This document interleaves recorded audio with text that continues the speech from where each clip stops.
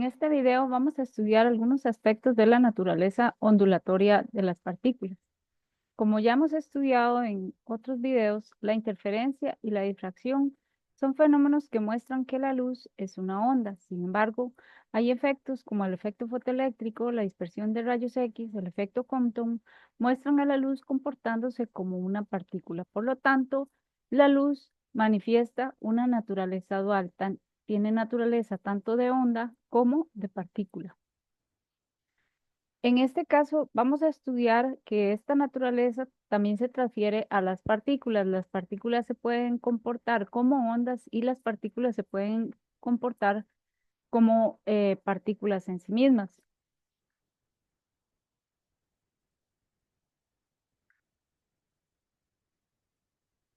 El príncipe Louis de Broglie, pensando en la simetría de la naturaleza, postuló entonces que la materia debería comportarse también como onda y propuso que la longitud de onda lambda que está aquí, la longitud de onda, eh, perdón,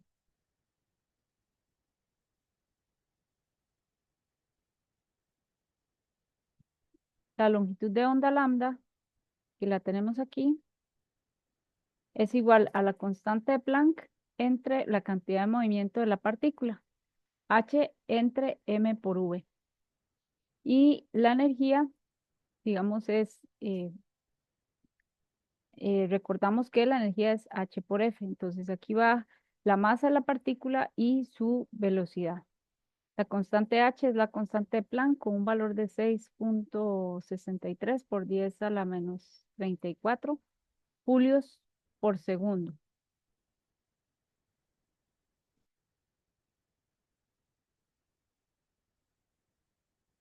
Para probar esta teoría, existe un experimento que se llama el experimento de Davidson y Germer, donde se hace pasar un haz de electrones que sale de un filamento caliente que se encuentra aquí, en esta parte, y este filamento se calienta y los electrones se desprenden del material, pero son acelerados por esta fuente de voltaje. Está conectada aquí a estos anillos y esta fuente de voltaje se dirige a un cristal de níquel. En el cristal los átomos están ordenados en forma simétrica. Luego se pone un detector que se puede medir para ver en qué direcciones se dispersan con mayor cantidad los electrones. Entonces se encontró una relación entre la distancia entre los átomos de níquel y el ángulo de dispersión con la longitud de onda, con una longitud de onda. Se observa, digamos, en esta figura, en la parte superior, un espectro de un patrón de interferencia de difracción de rayos X y abajo un patrón de difracción de electrones. Entonces se encontró que para unos ángulos había mayor cantidad de electrones que para otros. Es como una interferencia donde encontramos máximos y mínimos de luz, o sea, zonas oscuras y zonas iluminadas, como los patrones de difracción o interferencia de las ondas de luz de cualquier tipo. Esto demostró que los electrones se comportan también como, como ondas, ¿verdad? Aquí vemos el pico de intensidad de los electrones.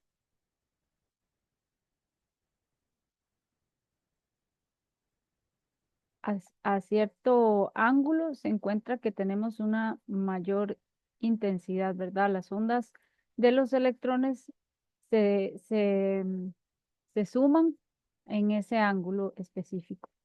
Y entonces la longitud de onda de Broglie para un electrón es igual a h entre la raíz entre p. Pero en este caso, p se calcula como dos veces la masa del electrón por la carga del electrón por el voltaje aplicado entre el electrodo A y el electrodo B. ¿Qué es lo que sucede? Que la velocidad que tiene el electrón es producida por la aceleración de ese campo eléctrico, de ese voltaje. Entonces, por eso de alguna, digamos, con unos pasos algebraicos, se puede mostrar que está relacionado con el voltaje de aceleración. Sin embargo, ya sabiendo que todas las partículas se comportan tanto como partículas como ondas, los efectos ondulatorios em, son casi siempre en la vida cotidiana son insignificantes, puesto que la constante de Planck es del orden de 10 a la menos 34. Es un valor muy pequeño para esta constante. Entonces, solo cuando la cantidad de movimiento es muy pequeña, podemos encontrar longitudes de ondas de Broglie que pueden percibirse y fenómenos ondulatorios que pueden percibirse en el mundo real, solo con electrones, con protones, con partículas muy pequeñas, precisamente por el valor, digamos, de la constante de Planck. Entonces, para una persona que pesa 50 kilogramos,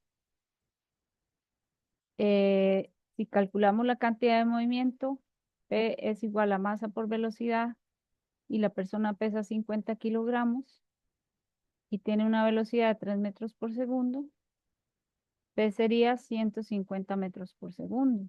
Entonces, por kilogramo, ¿verdad? Entonces, esta cantidad de movimiento es una cantidad de movimiento muy grande que más bien hace que la longitud de onda de Broglie sea de 10 a la menos 36 en ese orden de magnitud. Lo que significa es que si queremos ver un fenómeno ondulatorio con una partícula, con una persona o a un objeto de la vida cotidiana, tendría que interactuar con algo de 10 a la menos 36 para poderse percibir, digamos, pero no existe esa posibilidad en la vida cotidiana. Entonces, este comportamiento ondulatorio de las partículas solo se manifiesta cuando las partículas son partículas pequeñas, como en general electrones y protones. Aún ya el protón tiene una masa 1000 veces más grande que el electrón y esas propiedades ya no se van a apreciar.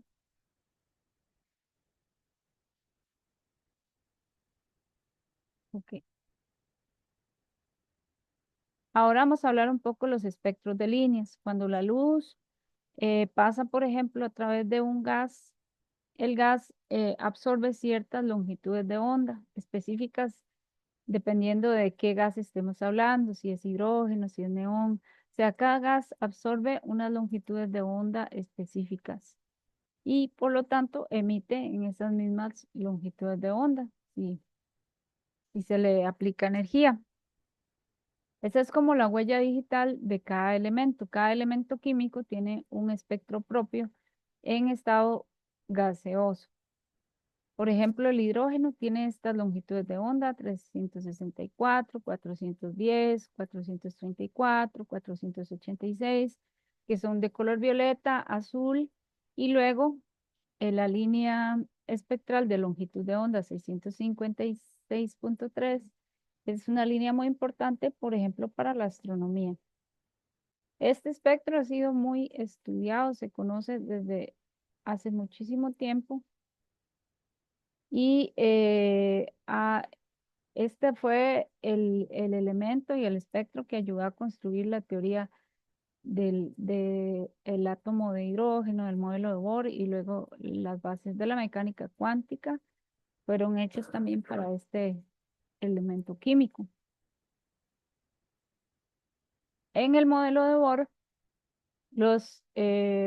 en el átomo de hidrógeno tenemos niveles de energía, ¿verdad? Que el nivel fundamental es menos 16.3 electronvoltios.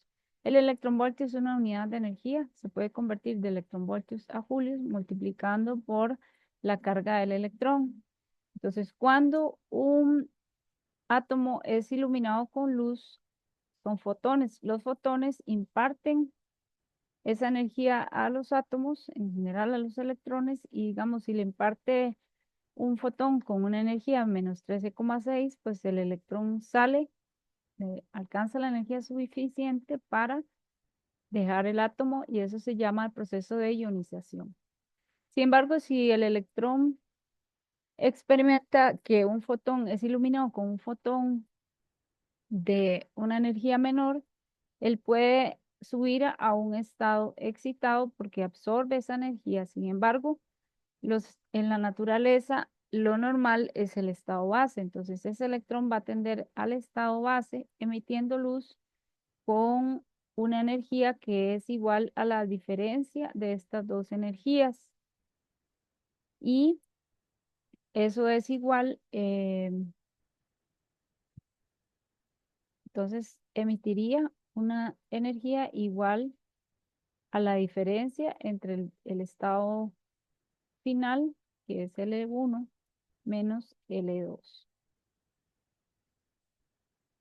Cuando el electrón está aquí y regresa a su estado natural, ¿verdad? Su estado fundamental. Entonces, esta energía tiene asociada una longitud de onda que se puede calcular despejando de esta fórmula. Delta E es igual a hc entre lambda. H es la constante de Planck, c es la velocidad de la luz y lambda es la longitud de onda de la luz emitida. En este caso, generalmente son en el espectro visible, pero para algunos átomos con muchos elementos es- em, podrían emitir otro tipo de radiación.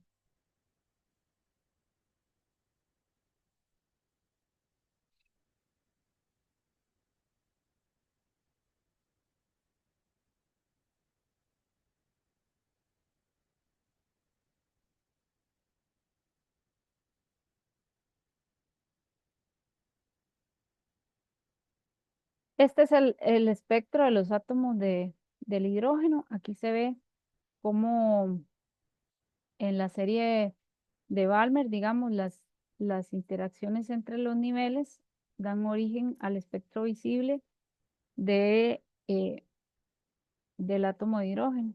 Y ocurren todos con transiciones con el estado n igual 2. Si es con el estado n igual 1, se produce un espectro ultravioleta y para las otras transiciones atómicas caen dentro del infrarrojo.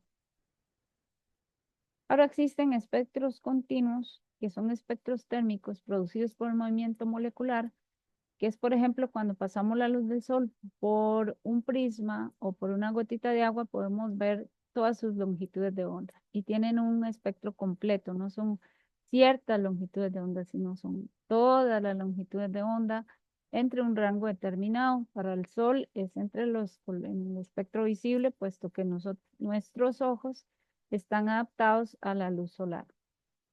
Estos espectros tienen mucha información, le llamamos radiación térmica. Por ejemplo, existe la ley de Wien que relaciona la temperatura de un cuerpo con la longitud de onda máxima a la que está emitiendo eh, radiación. Por ejemplo, acá, este valor de acá, en este espectro que podría ser del Sol, y tenemos esta la longitud de onda máxima, que para el Sol es en el color entre amarillo y verde. Y dependiendo de su temperatura, así van emitiendo a diferentes longitudes de onda mediante esta ley que se llama la ley de Wien. La temperatura por la longitud de onda máxima, o sea, este valor de acá, es igual a 2,90 por 10 a la menos 3 metros por Kelvin. De esta manera, viendo yo el espectro, por ejemplo, de una estrella o de un cuerpo, puedo determinar la temperatura a la que se encuentra emitiendo. Y así es en general como se estudia, por ejemplo, en astronomía, el brillo de las estrellas.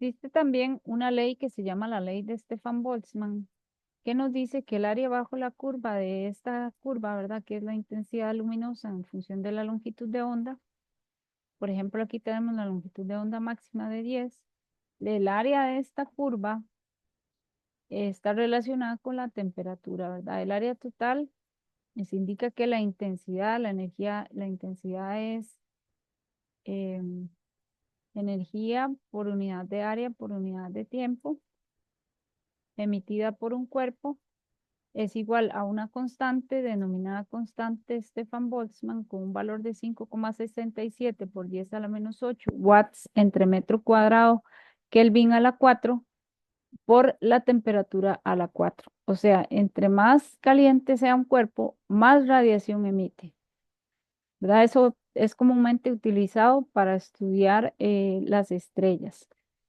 Entonces, aquí vemos un espectro térmico, digamos, de un reptil y el espectro de la mano, ¿verdad? La mano es, nosotros tenemos la sangre caliente, pero los reptiles son más fríos. Entonces, eh, de la radiación térmica que nosotros emitimos, que es la única radiación que emitimos, es radiación infrarroja y es debida a nuestra temperatura. No es radiación visible, solo se puede ver mediante cámaras especiales.